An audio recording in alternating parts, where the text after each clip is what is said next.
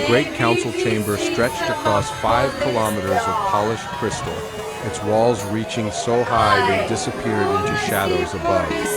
Representatives from 47 different species sat in their designated sections, each area designed to accommodate their unique biological needs.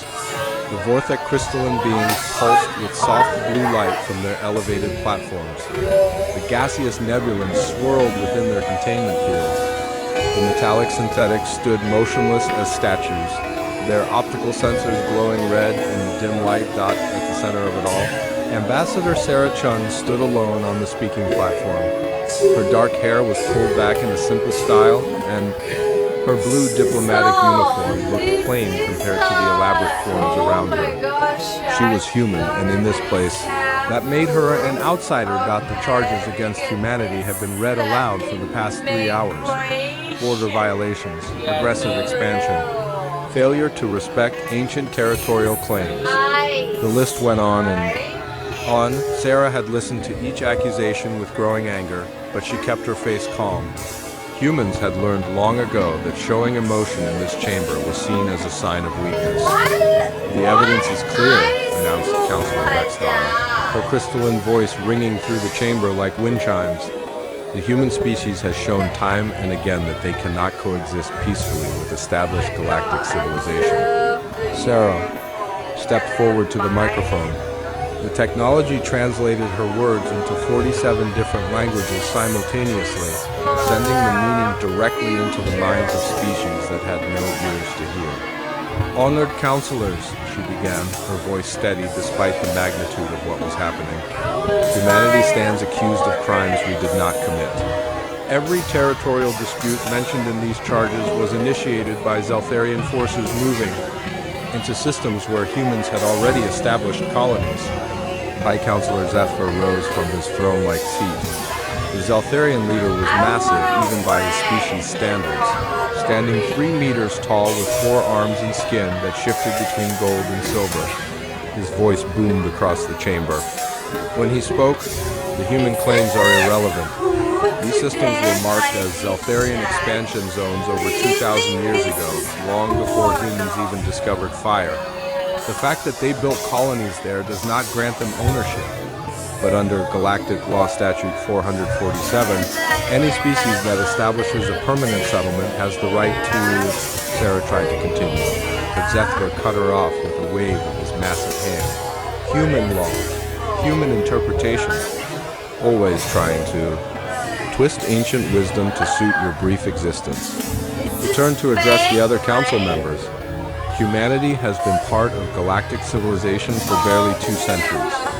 They think their brief spark of technological achievement grants them equal standing with species that have maintained peace for millennia. Murmurs of agreement rippled through the chamber.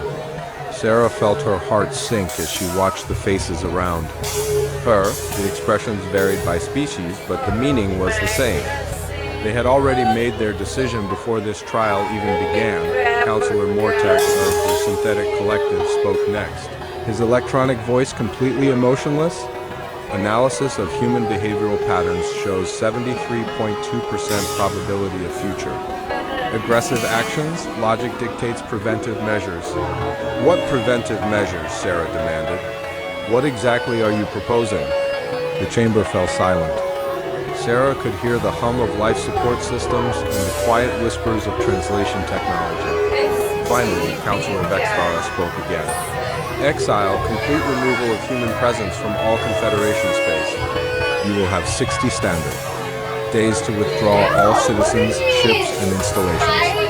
The words hit Sarah like a physical blow. You can't be serious. There are over 40 billion humans living in Confederation space. Families who have called these worlds home for generations. Children who were born among the stars and have never seen Earth. That is regrettable, Zephyr said, though his tone suggested he found it anything but regrettable.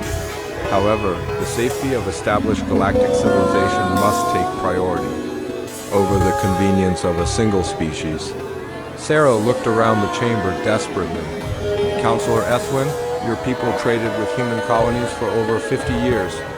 Counselor Jareth, human doctors saved your homeworld from the plague 15 years ago. How can you support this madness?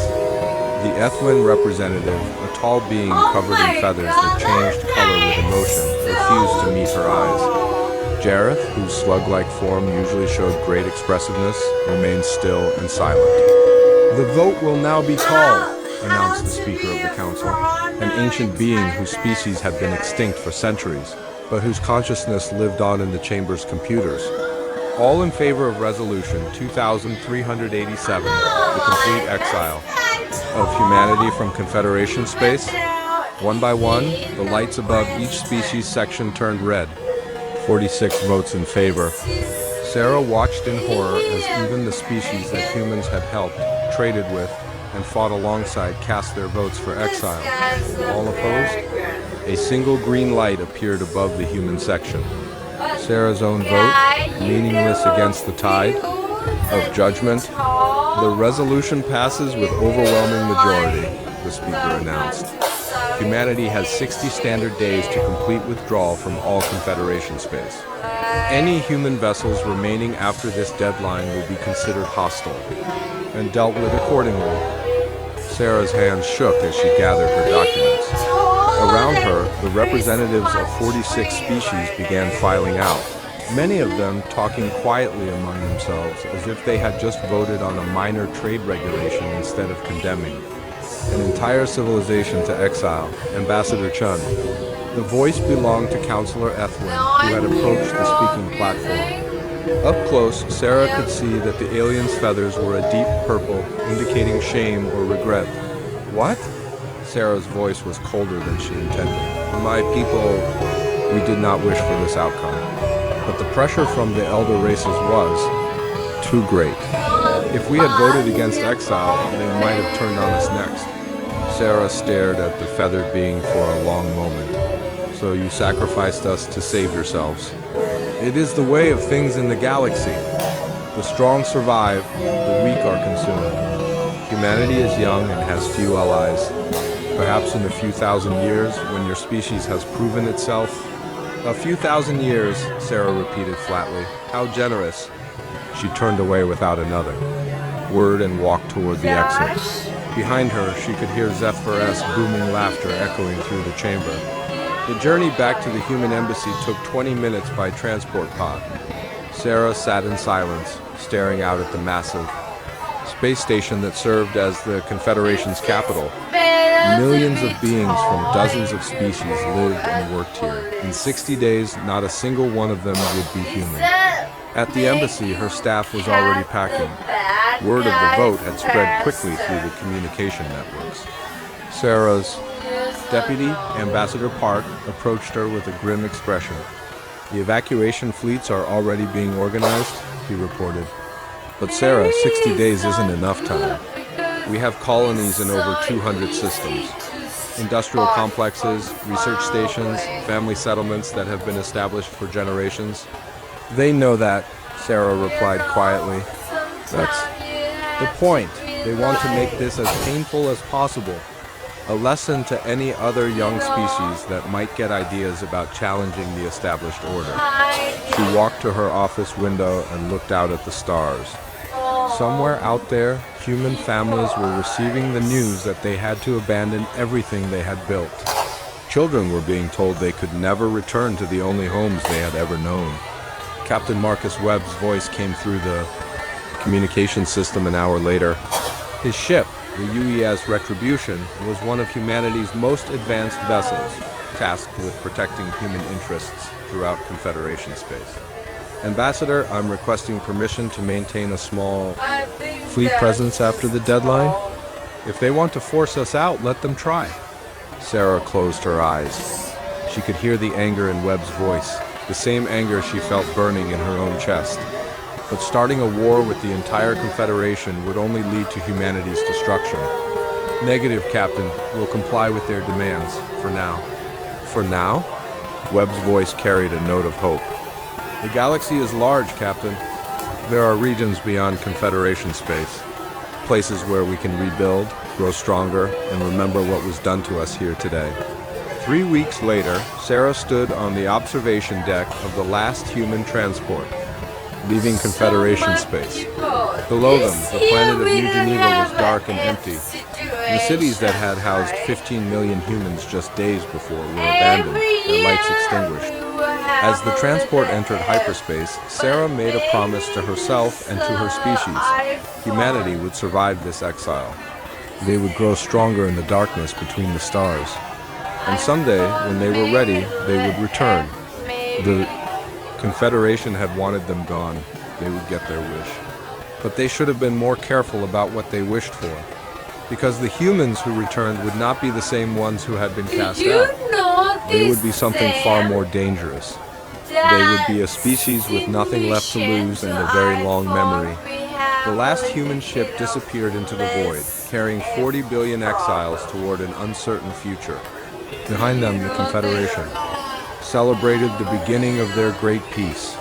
They had no idea they had just made the worst mistake in galactic history. The asteroid belt that would become humanity's first major stronghold had no name when the survey ships found it. The rocks floating in the void around a dying red star held no value to the Confederation. No rare minerals, no habitable worlds, nothing but empty space and radiation that would kill most known species within hours. For humans, it was perfect. Dr. Elena Vasquez floated in the zero-gravity laboratory aboard Research Station Alpha, watching through the reinforced windows as mining ships carved massive chunks from the largest asteroids. 5 years had passed since the exile began, and humanity had learned to make homes in places that other species considered uninhabitable. The quantum resonance is stable, reported her assistant, Dr. Kim Chung, daughter of the former ambassador. The new drive system should be ready for testing within the month. Elena nodded, her attention focused on the data flowing across her screens. The exile had forced humanity to innovate in ways they never would have attempted while living comfortably in Confederation space. Without access to established trade routes and technology exchanges, human scientists had been forced to develop everything from scratch. The results were remarkable. "Show me the stealth field readings again," Elena said. Kim manipulated the holographic display, showing a test ship that seemed to flicker in and out of existence. The subspace displacement field bends light and sensor waves around the vessel. To any outside observer, there's nothing there, and the crew, completely unaffected. The field creates a pocket of normal space around the ship. They can see out, but nothing can see in, Elena smiled grimly. The Confederation had forced humanity into exile, believing they were removing a minor threat. They had no idea they were creating a major one. 3 systems away, Admiral Sarah Chun stood on the bridge of the Taz Unity, humanity's first ship built entirely during the exile years. The vessel bore no resemblance to the clean, standardized designs favored by Confederation species.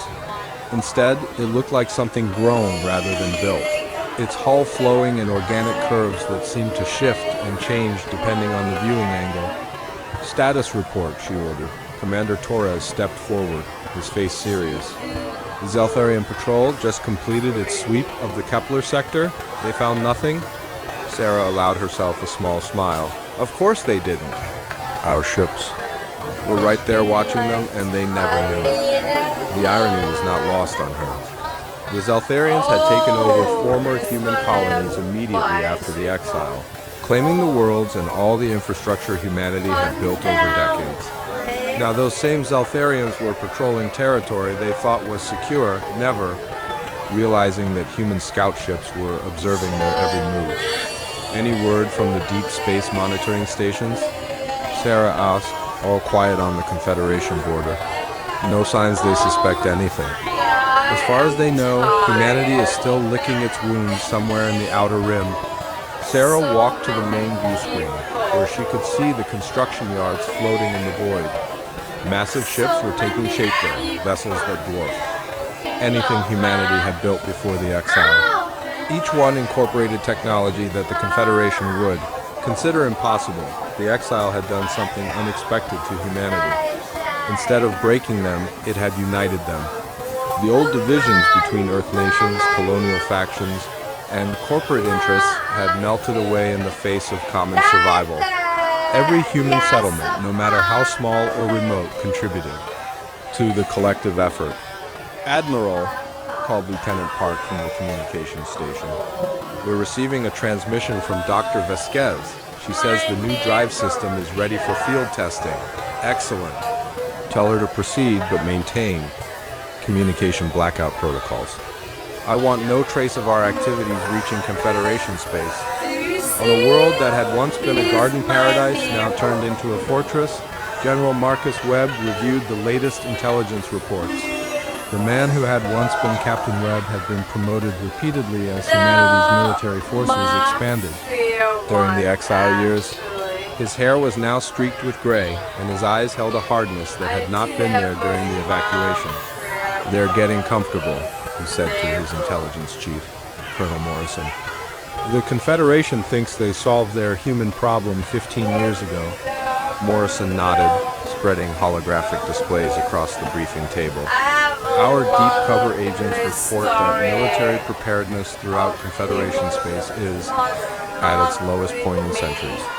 They've reduced patrol schedules, decommissioned older vessels, and converted military installations to civilian use, and the Zeltharians completely focused on exploiting the former human territories. They've tripled their population in those systems, built massive industrial complexes, and established what they're calling the Golden Age of Expansion." Webb's jaw tightened. "Built on the bones of human settlements they destroyed." "There's more, sir." "Our agents have documented systematic persecution of any humans who couldn't evacuate during the 60-day deadline. Forced labor camps, medical experiments, public executions for resistance activities." The general was quiet for a long moment. When he spoke, his voice was deadly calm. "How many?" "Best estimates suggest over 2 million humans were left behind when the deadline expired. Current population in Zeltharian captivity is approximately 300,000. Webb closed his eyes. 1.7 million dead. Men, women, and children who had been abandoned when the evacuation fleets ran out of time. The Confederation had known this would happen. They had planned for it, sir." Morrison's voice was concerned. "Your orders, continue monitoring, document everything. When the time comes, every single death will be accounted for." In the depths of space, far from any star or planet, the Terran Ascendancy held its first full assembly. Representatives from every human settlement, research station, and fleet gathering had come together in a massive space station built specifically for this purpose. The station itself was a marvel of engineering, constructed using materials and techniques developed during the exile years. Former Ambassador Sarah Chun, now Prime Minister of the Terran Ascendancy, stood before the assembled delegates. The woman who had once pleaded humanity's case before the Confederation was gone, replaced by someone harder, more focused, and absolutely committed to ensuring that humanity would never again be at the mercy of others. 15 years ago, we were cast out of galactic civilization like unwanted children, she began, her voice carrying clearly through the vast chamber. We were told we were too young, too violent, too unpredictable to deserve a place among the established species. Murmurs of agreement rippled through the crowd. Every person present had lost something during the exile. Homes, friends, family, members who couldn't make the journey. The pain was shared and it had forged them into something new. They were wrong about us, but they were right about one thing. We have changed. The humans who were exiled are not the humans who will return. She activated a holographic display showing the extent of human expansion during the exile years. Red dots marked settlements, research stations, and military installations scattered across thousands of light years. What had once been a species concentrated in a few hundred systems had become something spread across the galaxy's edge. We have built something they never imagined. Not an empire based on conquest, but a civilization based on unity. Every human settlement, no matter how small, is connected to every other. Every advance in technology, every discovery, every success is shared among all of us.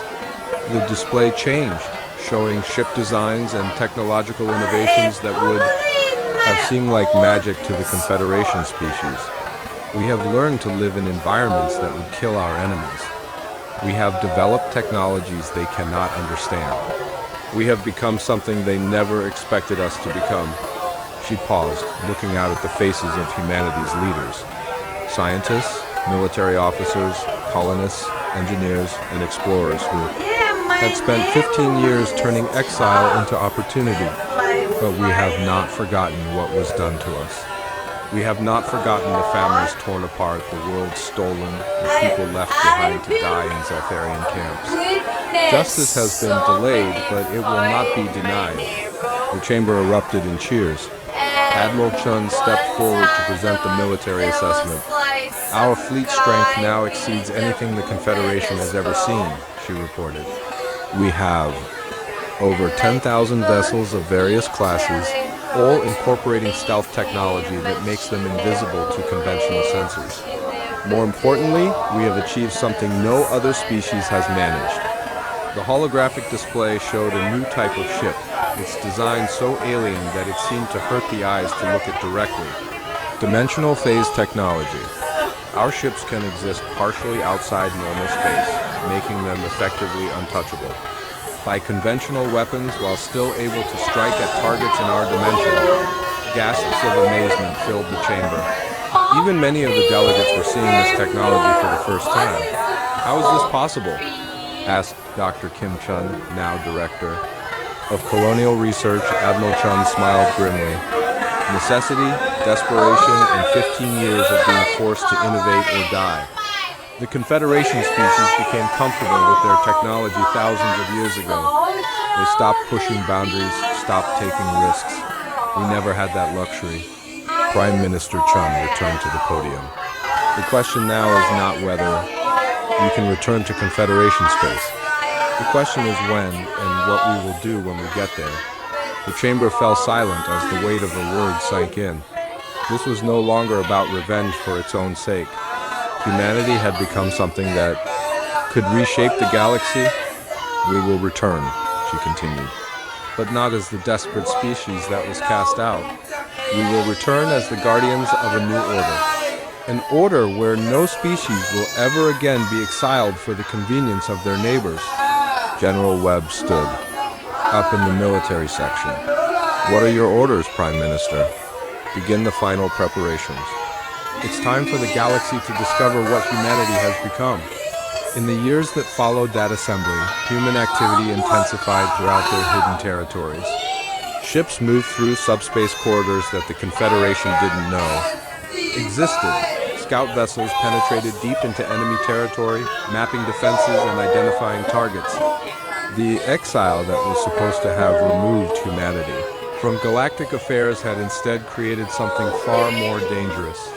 The Confederation continued to enjoy their great peace, unaware that they were being watched by an enemy they had created through their own short-sighted cruelty. The Zaltharians expanded further into former human space, building monuments to their own glory on the graves of human settlements.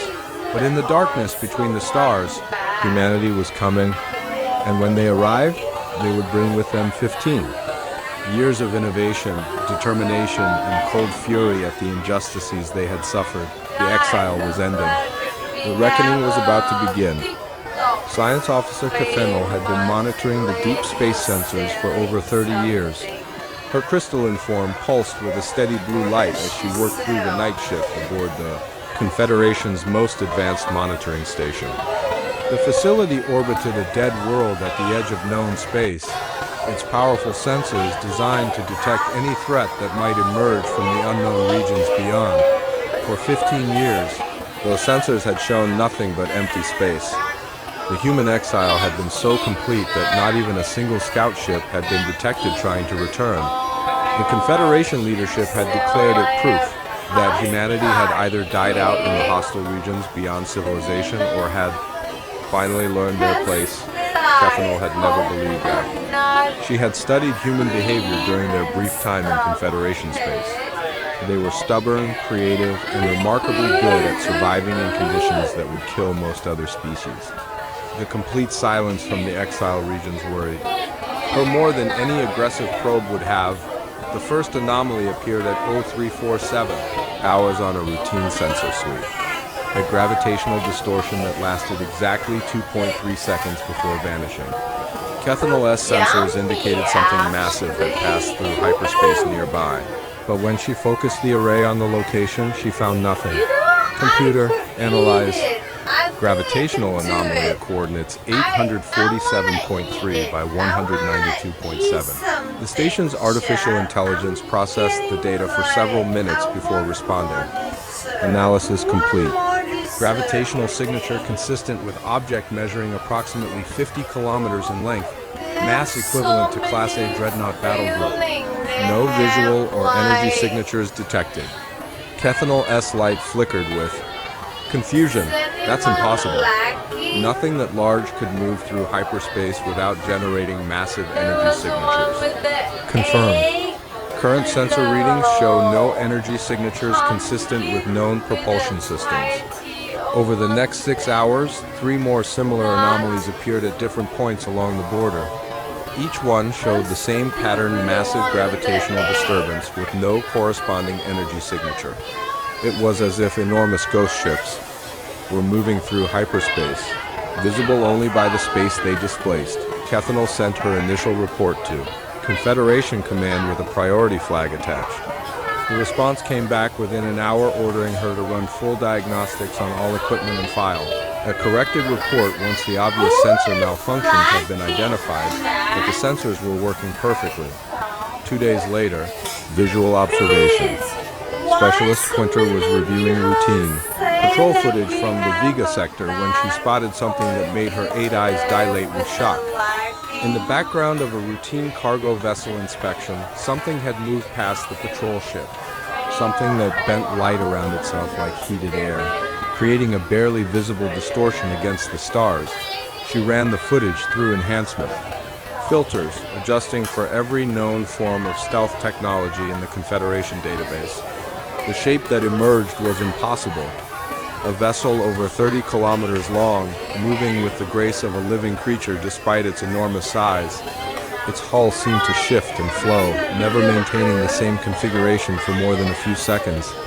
Bridge to analysis, she called, through the ship's communication system. I need immediate verification on visual contact. Captain Veldan arrived at her station within minutes, his 4 arms working the controls with practiced efficiency. What am I looking at, Specialist? Unknown vessel, sir. Estimated length 30 kilometers, configuration unknown, using stealth technology not in our database. The captain's skin shifted from its normal green to an alarmed yellow. Pirates? No. Sir, this is too advanced. Too large, and look at this. She manipulated the display to show the object's movement pattern. It's not following any known hyperspace lane.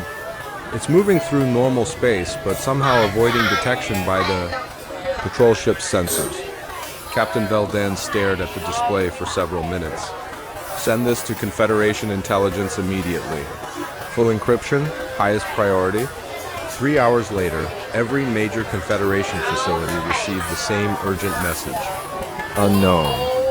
Vessels of enormous size were moving through their territory using technology that surpassed anything in their database.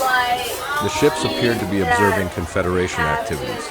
While remaining effectively invisible, panic spread through the command structure. Emergency sessions were called. Defense fleets were placed on high alert, but despite increased patrols and sensor sweeps, no direct contact was made with the mysterious vessels. Admiral Dekvar of the Zeltharian Empire stood in his command center, reviewing reports from across their expanded territory. His species had grown fat and comfortable during the 15 years since humanity's exile. The former human worlds had provided incredible wealth, and the Zeltharians had used that wealth to build the largest military force in Confederation space. Status. Report, he demanded. His aide, a younger Zeltharian named Breakter, approached with obvious nervousness. Sir, we've now had confirmed sightings in 17 different systems. Always the same pattern, enormous vessels using unknown stealth technology, observing our activities but making no aggressive moves. Pirates wouldn't have access to such technology, Dekvar mused. And they certainly wouldn't have ships of that size. What do our intelligence analysts think? They single quotes re-dotted, sir. Some believe it might be a previously unknown species emerging from the unexplored regions. Others think it could be some kind of Confederation black project that's gone rogue. Dekvar's golden skin darkened with anger. Fools. There are no unknown species with that level of technology. And the Confederation couldn't keep a project of this magnitude secret. He paused, a terrible thought occurring to him. What about the humans? Breakter's skin turned pale. Sir, the humans were exiled 15 years ago. Our intelligence indicates. They barely managed to establish basic survival colonies in the Outer Rim. They lack the resources or technology for anything like this. Show me the files on human technological development during their time in Confederation space. The holographic display filled with data. Human advancement had been rapid during their 2 centuries of galactic civilization, but it had also been limited by their reliance on Confederation technology and resources. Their most advanced vessels had been barely a kilometer in length, using conventional propulsion and weapon systems. This can't be human technology, Breakter said with relief. They're centuries away from developing anything like what we're seeing. But Dekvar was studying the movement patterns of the unknown vessels. There was something familiar about their behavior, something that reminded him of human military tactics from the border conflicts that had led to their exile. Double all patrols in the former human territories, he ordered, and send a message to High Command. I want a full review of our assumptions about human capabilities. On the Confederation capital station, High Counselor Zethver convened an emergency session of the Inner Council. The most powerful leaders from the major species gathered in a secure chamber, their faces showing varying degrees of concern and confusion. The situation is unprecedented, announced Intelligence Director Mukhtar. A synthetic whose logical processes were considered incapable of error. We are dealing with vessels that exceed our largest dreadnoughts by a factor of 10, using stealth, technology that renders them effectively invisible to our most advanced sensors. Who could have developed such capabilities? Asked Counselor Vextara, her crystalline form pulsing with anxiety. Analysis indicates 3 possibilities, Mukhtar replied. First, an unknown species from beyond explored space. Second, a secret project by one of our member species. Third, external intervention by a power we have not previously encountered. What about the humans?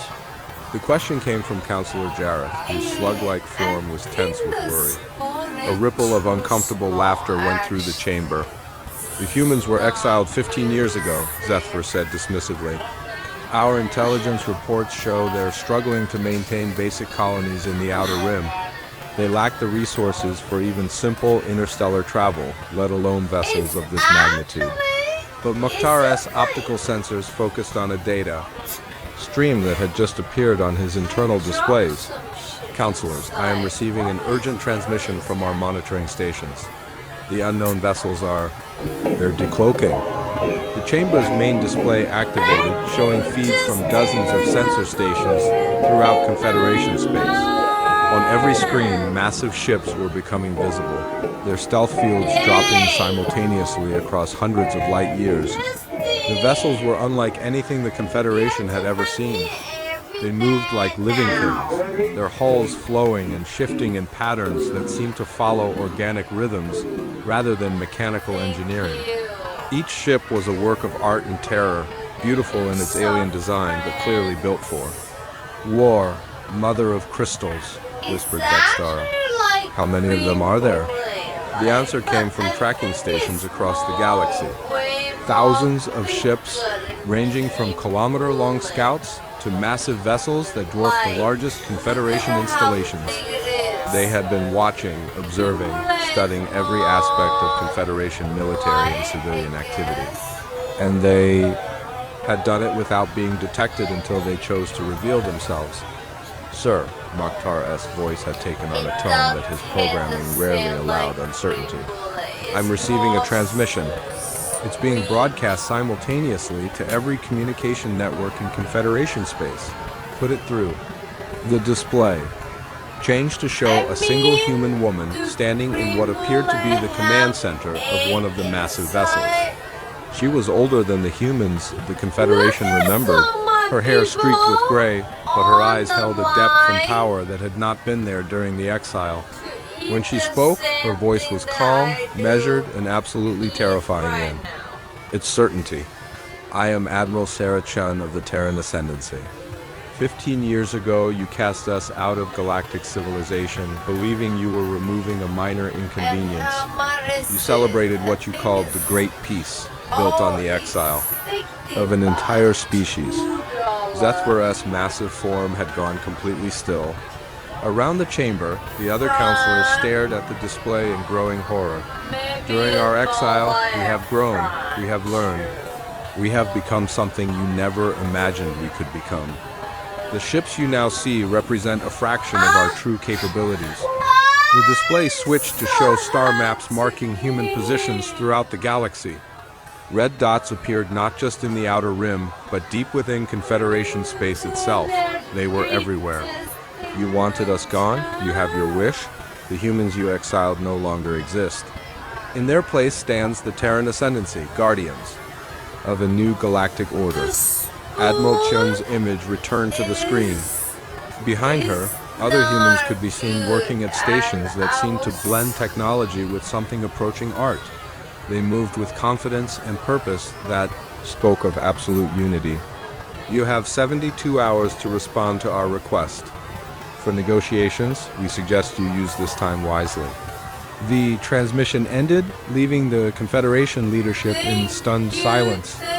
Zethvar was the first to speak, his voice barely a whisper. What have we done? Outside the station's windows, space that had appeared empty moments before now showed dozens of massive human vessels, their hulls gleaming with technologies that seemed to bend reality around them. They had been there all along, watching, waiting. The exile was over. The reckoning had begun. The Confederation's fastest diplomatic vessel, the Harmonious Unity, approached the human fleet with all weapons powered down and shields inactive. Captain Rithake had volunteered for this mission, knowing it might be her last. The massive human. Ships that surrounded them defied every law of physics. She understood Ambassador Kelter floated in his environmental suit within the ship's main chamber, his gaseous form rippling with nervous energy. As the most skilled diplomat in the Nebulan Collective, he had been chosen to make first contact with whatever humanity had become. The responsibility weighed heavily on his consciousness. Distance to the human flagship? He asked through the ship's communication system. 200 kilometers in closing, replied Captain Rithake. Sir, I'm reading energy signatures that don't match anything in our database. The ship we're approaching appears to be generating its own gravity field. And, something else. Something that's making our sensors give impossible readings. Through the viewports, the human flagship grew larger with each passing moment.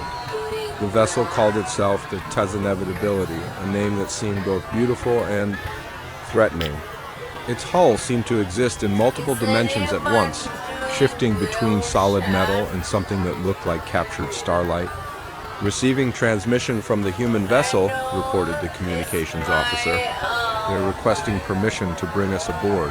Kelter's form swirled with uncertainty. Aboard? How is that possible? Our environmental requirements are completely different from human needs. Sir, they're saying they can accommodate any form of life. They're transmitting technical specifications for a docking bay that can ... modify itself to meet our needs. 20 minutes later, Kelter found himself floating through corridors that seemed impossible. The walls shifted and flowed around him, creating pockets of the gas mixture his species required while maintaining the atmosphere needed by his escorts. The technology was so advanced it seemed like magic. Human crew members passed them in the corridors, but these were not the humans the Confederation remembered. They moved with a fluid grace that spoke of perfect health and coordination. Their eyes held depths that suggested they had seen things beyond normal understanding. Some of them seemed to glow with a faint inner light. This way, Ambassador, said their escort, a human woman whose voice carried harmonics that resonated through dimensions. Admiral Chun is waiting for you. The conference room they entered existed outside normal space and time. Kelter-S instruments could not measure its dimensions or determine what materials composed its walls. Gravity flowed in gentle currents that accommodated both his gaseous form and the humans who awaited him. Admiral Sarah Chien sat at the head of a table that seemed to be carved from crystallized starlight. She appeared unchanged by the 15 years since the exile, though her eyes held experiences that spoke of journeys beyond normal comprehension. Around the table sat other human officials, each one radiating the same sense of controlled power. Ambassador Kelter, Admiral Chun said, her voice carrying impossible harmonics that translated directly into meaning in his mind. Welcome aboard the Inevitability. I trust your journey was comfortable? Admiral Chun, Kelter replied, trying to keep his nervousness from showing in his gas patterns. The Confederation Council has sent me to open negotiations regarding why owe you our return to galactic civilization. A smile played at the corners of Chun's mouth. Our return? Is that what they're calling it? The Council recognizes that the exile may have been ... hasty. They are prepared to discuss terms for humanity's reintegration into Confederation space. The humans around the table exchanged glances. Several of them seemed to be communicating, without words, their thoughts flowing between them in ways that Kelter-S instruments could detect but not interpret. Tell me, Ambassador, Chun said, leaning forward slightly. What do you know about what happened to the humans who couldn't evacuate during your 60-day deadline? Kelter-S form rippled with discomfort. That is a tragic chapter that the Council would prefer to address through proper diplomatic channels. I see, and what about the forced labor camps the Zeltharians established on our former worlds, the medical experiments, and public executions for resistance activities? Admiral, these are serious accusations that would require investigation. We don't need investigations, Ambassador. Chun gestured, and the air in the center of the room filled with holographic images. We have 17 years of detailed surveillance footage. Every atrocity, every murder, every act of cruelty committed against the humans you abandoned. The images were horrifying. Humans in chains, working in mines that would have been closed as unsafe for any other species. Families separated, children taken from their parents for genetic research. Mass graves where the bodies of humans who had dared to resist were buried. Kelter's gaseous form contracted with shock. This ... dust cannot be accurate. The Confederation would never allow such treatment of sentient beings. The Confederation didn't just allow it, said General Marcus Webb, speaking for the first time. They sanctioned it. Every request for prisoner exchanges was denied. Every plea for basic humanitarian treatment was ignored. The Zeltharians were given complete authority over human criminals in their territory.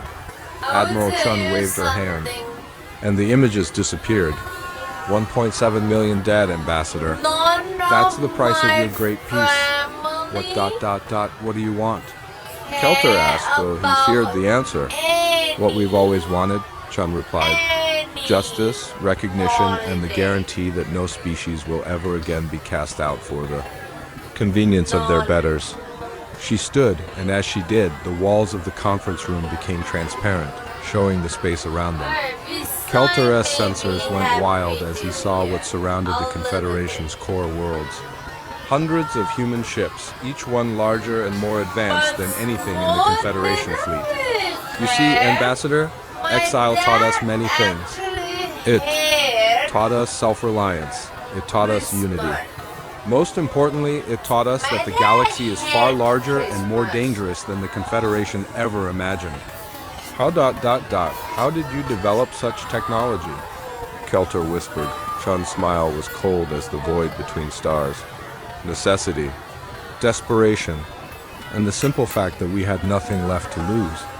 When you stripped away our comfortable reliance on Confederation technology, we were forced to innovate or die. General Webb activated another display, showing the scope of human expansion during the exile years. We found things out there in the dark. Ancient ruins, abandoned technologies, energy sources that your species never bothered to look for because you were content with what you had. We also found other species, added Dr. Elena Vasquez, now Director of Scientific Development. Races that had been cast out by previous Confederation councils or that had chosen isolation rather than submit to your rules. They taught us much about survival and adaptation. Kelter-S form was swirling with panic. The council, they thought humanity had barely survived the exile. Our intelligence report suggested you were struggling with basic colonization. Your intelligence report showed you exactly what we wanted them to show, Chun said calmly.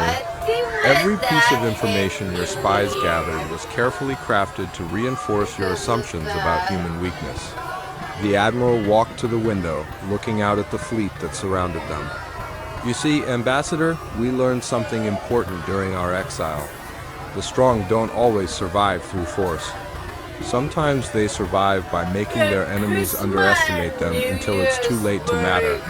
What are your demands? Kelter asked, his voice barely audible. Demands? Jem turned back to him, her expression unreadable. We're not making demands, Ambassador. We're offering choices. She gestured, and the holographic display showed the Confederation's military positions throughout their territory.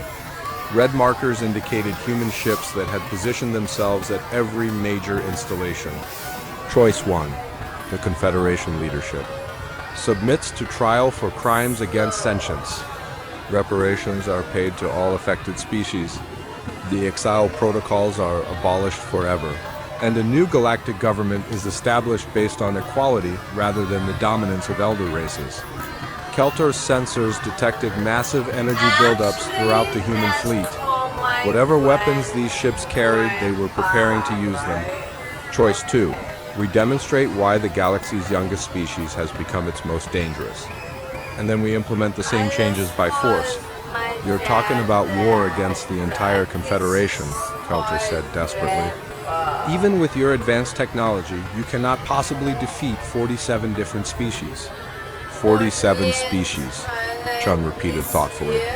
Tell me, Ambassador, how many of those species actually supported our exile and how many simply voted with the majority out of fear?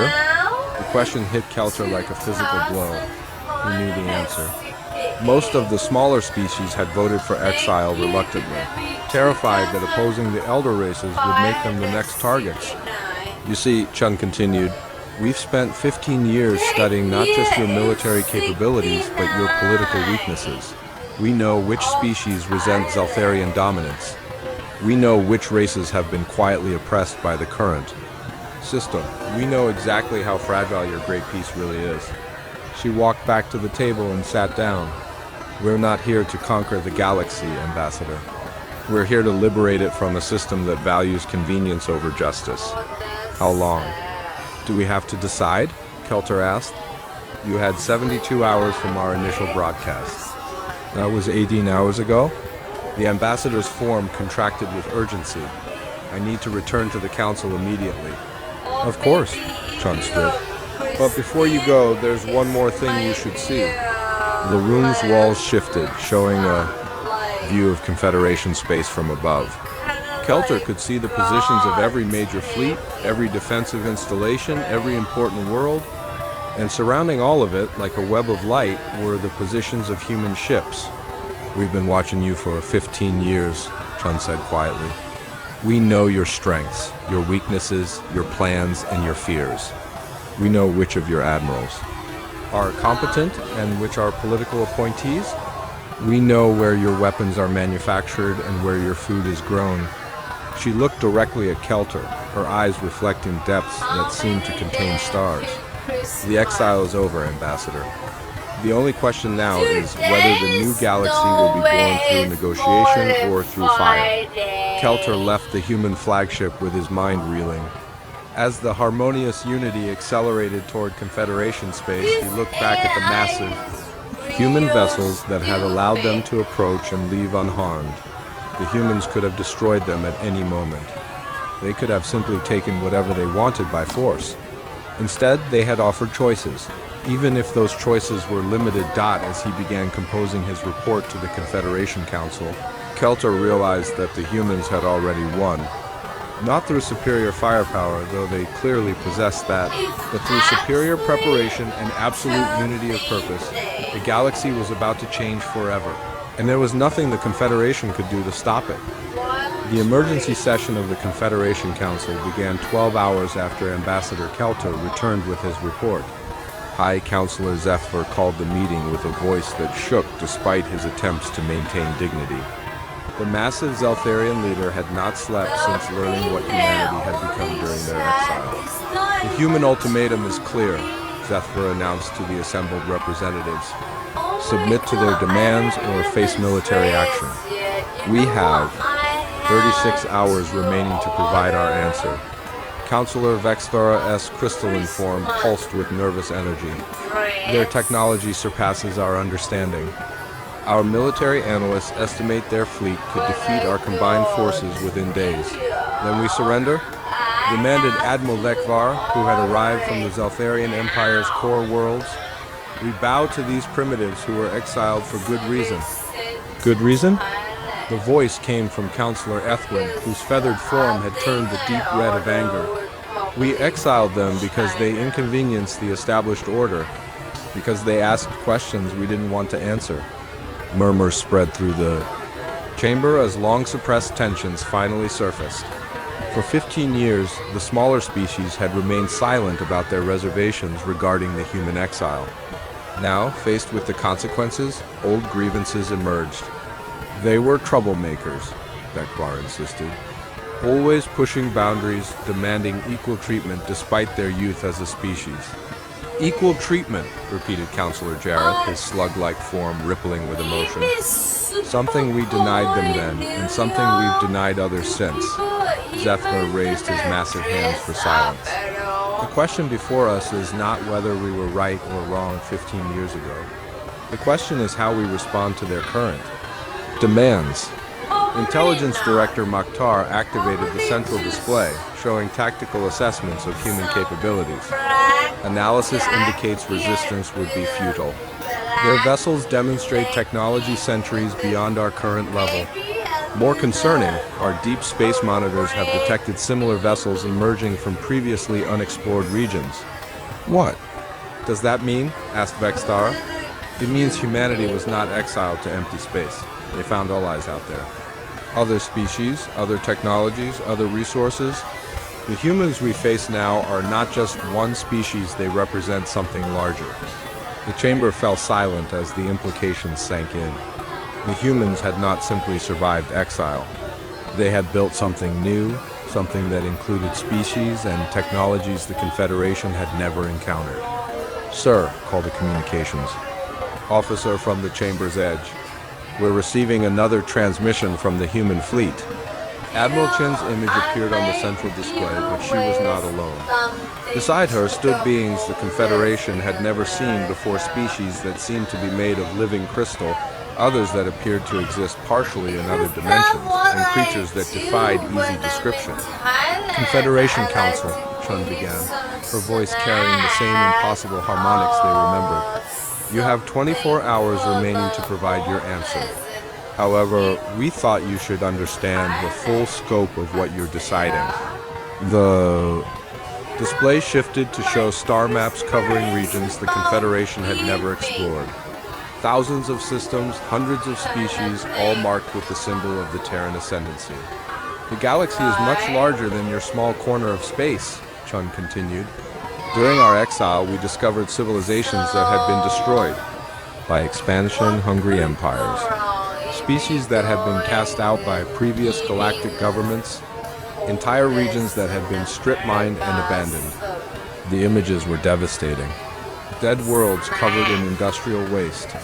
Space graveyards filled with the debris of extinct civilizations. Systems where nothing remained but radioactive dust. This is what your model of galactic government leads. Tio, Chun said quietly. The strong consume the weak until there is nothing left but ruins. General Webb stepped forward. The Terran Ascendancy offers a different path. Unity instead of dominance. Justice instead of convenience. Protection for all species instead of privilege for the few. What guarantee do we have, Zephyr called. That humanity won't simply become the new oppressor? Chun's smile was sad rather than threatening. Because we know what it feels like to be the oppressed. because we remember what it's like to beg for mercy and receive none.